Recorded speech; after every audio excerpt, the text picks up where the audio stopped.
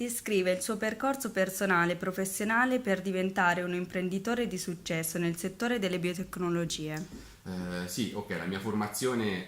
è stata una formazione più che altro di tipo ingegneristico, quindi sono un ingegnere ambientale e poi ho svolto un dottorato in ingegneria energetica dove ho approfondito anche le tematiche delle biotecnologie. A fatto questo sono ricercatore da ormai più di 10 anni presso il centro di ricerca sulle biomasse dove svolgiamo attività di ricerca proprio nel settore dei biochemicals, dei biocarburanti e delle bioenergie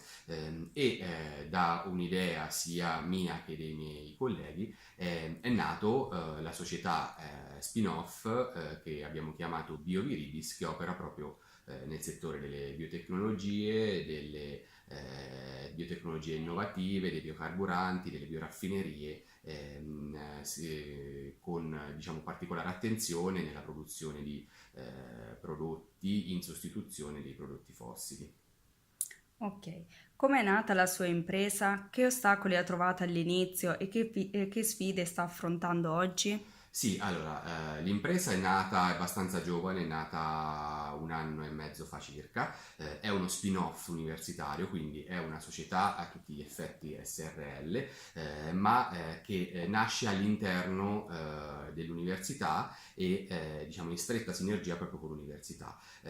Questo ci ha permesso di superare alcuni ostacoli che ovviamente per qualsiasi startup che nasce sono ovviamente gli investimenti iniziali che abbiamo avuto modo di diciamo, ammortizzare proprio grazie alla presenza dell'università che ha diciamo, tariffe molto agevolate, ci dà la possibilità di accedere ai laboratori di ricerca, ai laboratori di analisi, ci dà degli spazi a disposizione appunto per lo spin-off e quindi questo tipo di ostacoli sono stati superati in questo modo, altrimenti gli investimenti di queste start-up nel settore delle biotecnologie sono molto pesanti e molto spesso sono diciamo, l'ostacolo più grande per questo tipo di imprese.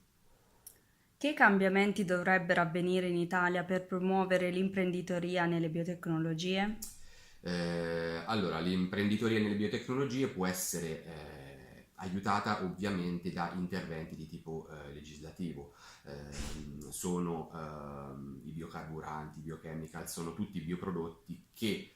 da un lato sono chiaramente più sostenibili rispetto ai prodotti normalmente ottenuti dalle fonti fossili, ma dall'altro sono più costosi, per cui è sempre difficile riuscire a far inserire nel mercato questo tipo di bioprodotti. Interventi legislativi sono per esempio la defiscalizzazione di biocarburanti piuttosto che interventi volti a obbligare l'uso di ad esempio di bioplastiche in sostituzione delle plastiche, come già si è iniziato a fare appunto già da qualche anno sul settore degli shopper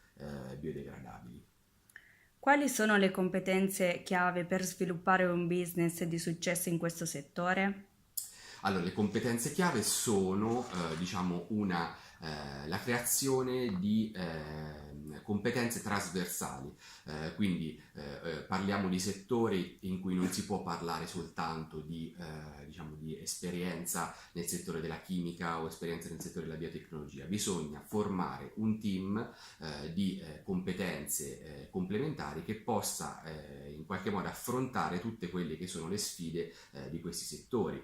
ad esempio diciamo un valore aggiunto della nostra società, del nostro spin-off è proprio quello di avere all'interno non solo ad esempio l'ingegnere ambientale o l'ingegnere di processo, ma anche ovviamente i biotecnologi con tutte le loro esperienze formative, ma anche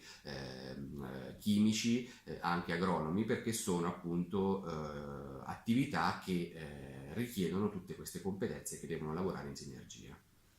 In una frase, qual è la raccomandazione più importante che farebbe ai laureandi in biotecnologie?